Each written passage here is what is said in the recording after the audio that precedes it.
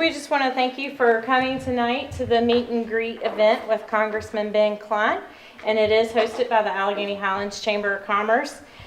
We greatly appreciate Amy Dew for allowing us to use Gleason Hall auditorium at Clifton Academy. So it is my pleasure to introduce Mr. Ben Cline, who is the Republican candidate for the U.S. Congress Virginia 6th District seat. Mr. Cline's values were shaped growing up in the Shenandoah Valley. He graduated from Lexington High School in 1990, received his BA degree from Bates College, and earned his law degree from the University of Richmond. And he was introduced by mutual friends while Ben was in law school. Ben and his wife Elizabeth live in Botetourt County, where they are raising their 2 daughters. Prior to his election to Congress, Ben worked as an attorney, first by serving as an assistant Commonwealth's attorney in Harrisonburg and Rockingham County, and then by launching a private practice with offices in Lexington, Amherst, and Harrisonburg. Ben also served for several years in the Virginia House of Delegates, where he worked to support Virginia's business community, earning him the Virginia Chamber of Commerce's Champion of Free Enterprise and Advocate for Legal Reform Awards. In 2018, Ben was elected to represent the 6th District in the U.S. House of Representatives. He serves on the House Committees of Judiciary, Appropriations, and Budget. In Congress, he has continued his pro-business advocacy, earning the U.S. Chamber of Commerce's Spirit of Enterprise Award, as well as the endorsement of the National Federation of Independent Businesses in his re-election bid this year. And at this time, I invite you to share your campaign vision and the reasons you wish to represent us. Thank you so much. Good to see you. Good to be with you. I want to thank the Chamber for doing this. This is a great opportunity to get out and talk to the folks about plans to move forward with a pro-business agenda. It's something that I've been working on for many years. And both as a member of my local Chamber of Commerce when I was running a private practice in Rockbridge County, but also representing this area both in the State House and in the U.S. House. So the State House district I represented was Bath County, Rockbridge County, and Amherst County. So you had to go over a bunch of mountain ranges to get them all.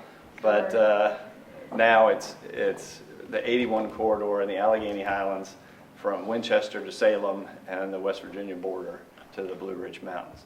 And so it's the most beautiful district in the country, obviously. But I get my colleagues who pass through going wherever they're going, and sometimes they're staying at the homestead, and they will come back and say, without prompting, you have the most beautiful district in the country. And I haven't been to every district, I haven't been to every state, but I'm not disagreeing with them at this point. So it's great to be able to represent the place you grew up, to be able to see your friends and neighbors and the in-laws or stepsisters of former friends and neighbors who you grew up with, and when you represent your former teachers, your former principals, your former doctors, dentists. It's an amazing opportunity, and you really do internalize the values that you were raised with, the issues that are important to the people that you work with, and you reflexively take those with you when you go to either Richmond or Washington. So a little bit about me. Like I said, grew up in Rockbridge County. Went to Old Lex, which shows how old I am. And JH went there too, so he's old too. But Class of 78. I was a little older than that. But yeah, so went to college up in Maine, but it was too cold, so tucked tail. Came back home. Got a job with my predecessor, Bob Goodlatte, and worked there for several years in Washington, answering mail, working on legislation, eventually as chief of staff, and really got to learn a lot about what was right about Washington, what was wrong about Washington. There's a lot more wrong than right Washington is broken, and it is, I wouldn't say it's irrevocably broken, but the ability of Congress and concerned citizens to turn things around gets harder and harder every year that we continue down a wrong path. And financially, fiscally, that's what's happening. So getting to be in the State House after going to law school and meeting my former colleagues in Richmond, getting married, having kids, Richmond really, I got to learn what Richmond did right. Richmond balances their budget. Richmond is only part-time. Richmond encourages, if not all the time, at least some of the time, a bipartisan work ethic. And so, how are you? And you know, one of the interesting things about Richmond is you meet at noon every day, and that's the lunch hour. So you start with morning hour speeches where anybody gets to stand up for a minute or two and talk about anything they want. But it's also the time that lunch is served. And so there's a lounge in the back where lunch is served, but it's only one lounge. It's for both parties, and it's a buffet style. So when you're in line with a Republican, then a Democrat, then a Republican, then a Democrat. And you're chatting, and there are only, half a dozen tables, so you're crunched in there with people from both sides of the aisle, and you're making small talk, but you're not making small talk about who's talking on the floor, what issue they're discussing, or what the most important political debate is going on right then. You're talking about your families, you're talking about your communities. You may have something like a drought or a flood or some kind of issue in your community that is concerning you or your friends, and you get to know your colleagues. And when we start at noon, all 100 of us sat around together. You may have been to Richmond in the gallery to see it happen, but we all get to know each other that way. In Washington, there's not a time when we're all on the floor together, rarely. And so you're only on the floor to hear about those issues that either you want to hear about, you go down and listen to, or you watch from your office, or you're helping work the debate, manage the debate. But in the back of the chamber, there are 2 lounges, one for each party. So the food, you can get food in the lounge, but you're only there with your colleagues when you're eating from your side of the aisle. And so you don't really get to catch up with everybody on the other side. In fact, if you want to only associate with your side of the aisle, a lot of people will retreat to the lounge and never come out. I have only talked to AOC twice, and it was when I sought her out in the lounge because that was where she was. She wasn't out on the floor. But our committees are the same way. And one of the great things about the committee structure in Richmond was when you are getting ready to debate a bill, and yes, you may feel passionately one way or the other about a bill, and you look down the aisle and you see somebody on the other side who is debating the issue as passionately from the other side, you don't see a stranger, you don't see somebody who you don't know, you see the person you sat in the lounge with and ate or were in line with, or you know more about that person from having those conversations. In Washington, there are 2 different lounges in the back of each committee, one for Republicans and one for Democrats. In fact, there are doors to each committee for Republicans and Democrats. It's pretty ridiculous. The division is structural. It's ingrained in the institution, and it's almost like they've gone out of their way to create barriers to members interacting with each other. So Washington from the start was very frustrating in terms of trying to build that bipartisanship. It's been an important part of my service because the district that I represent, the 6th district, is not homogenous, essentially. It's not just 65-35 Republican territory across the entire district. You go out to Kansas, you go out to parts of more rural or Midwest, you're going to find those kind of districts where it's just the same type of area across the entire territory. I like to describe the 6th district as red counties punctuated by blue cities. And for the most part, that's true. There are some red cities in the district, but for the most part, that's what you find. And you have to, if you are conservative like I am, you want to represent all of the people in your community. So, having grown up in Lexington, which is one of the bluest, and knowing the people who live there, who are passionate about their issues, and maybe on the other side of the issues, you've got to be able to communicate. You've got to be able to talk to them. And sometimes they don't want to talk to you, but sometimes they do, and that helps me to represent the entire district. And so building that bipartisanship, that bipartisan record is important to me.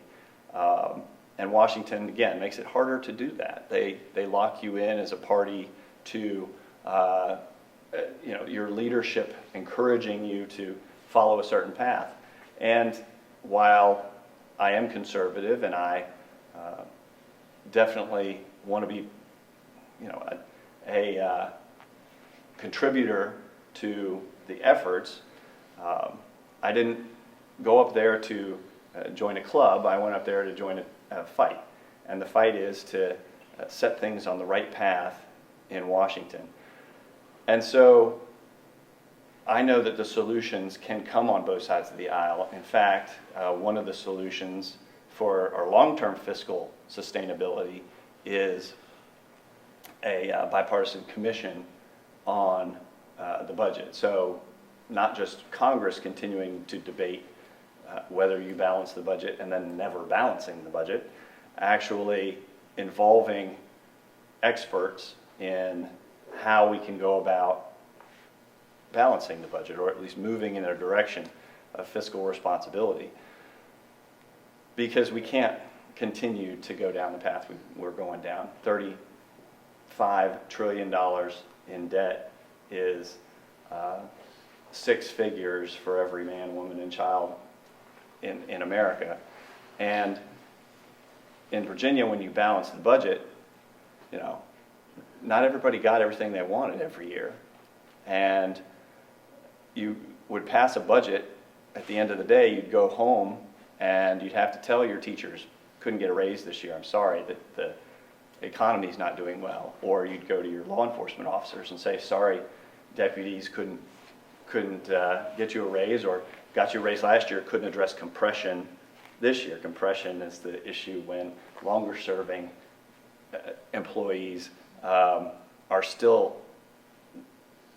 barely making more than new starting employees, or and so you had to be able to explain tough decisions to your constituents, and miraculously we get reelected by giving that hard facts sometimes. And I think that my colleagues underestimate the ability of their constituents to understand the difficult decisions that have to be made when you're trying to be fiscally responsible. So if it comes down to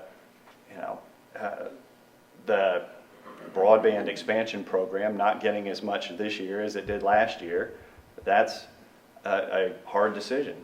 If it comes down to some of the crazy testing programs, you know, in the ag department about the mating rituals of some kind of random fly, then that gets cut for the year. But there are people in Washington who want to work across the aisle. They're on both sides of the aisle. And so when I got to DC, one of the first things I realized from all the lounges and everything was that you had to look for bipartisanship to actually make it happen. You had to do it yourself. So seeking it out, I first sought a prayer group that is bipartisan. So Thursday mornings we do a prayer breakfast, and the breakfast is members of the House who come together and pray from both sides of the aisle. So I've got Virginians from both sides of the aisle, but from all over the country. And then I sought housing that was bipartisan. So I live in a group house with about a dozen members of Congress from both sides of the aisle. Think of it as Animal House for nerds. We don't argue about beer or parties. We argue about the channel changer and the dishes and the laundry. But we do it all in fun. And I'm going to turn my phone off because it doesn't stop ringing. The third thing I did when it came to actually doing the legislative work, I joined a caucus that's called the Problem Solvers Caucus, which is a caucus of about 40 of us that is an equal number of Republicans and Democrats. You have to come in fact, you don't get accepted into the caucus until you apply and interview and demonstrate your bipartisan focus, but also you have to have a teammate to come in with. So I had to find a Democrat who wanted to join the Problem Solver at the same time I did, and so a colleague from Maine, Jared Golden, who is a Democrat who's also focused on bipartisanship, also the only other congressman who happened to go to Bates. He represents Bates up in Maine, so he actually knows how cold it is up there, and he stays. I don't know why, but so he and I came in to the caucus together, and we continue to work hard to encourage our colleagues to be bipartisan. We're not very popular. They question our ability to solve problems, but we put solutions out there that merit debate, and then we push hard to get them inserted into the conversation. The budget commission is an example of things that we're doing that can get bipartisan votes on both sides that will start to address the issues. The committees I'm on, appropriations and budget, are the two fiscal, because I think that's our nation's greatest challenge right now is fiscal sustainability.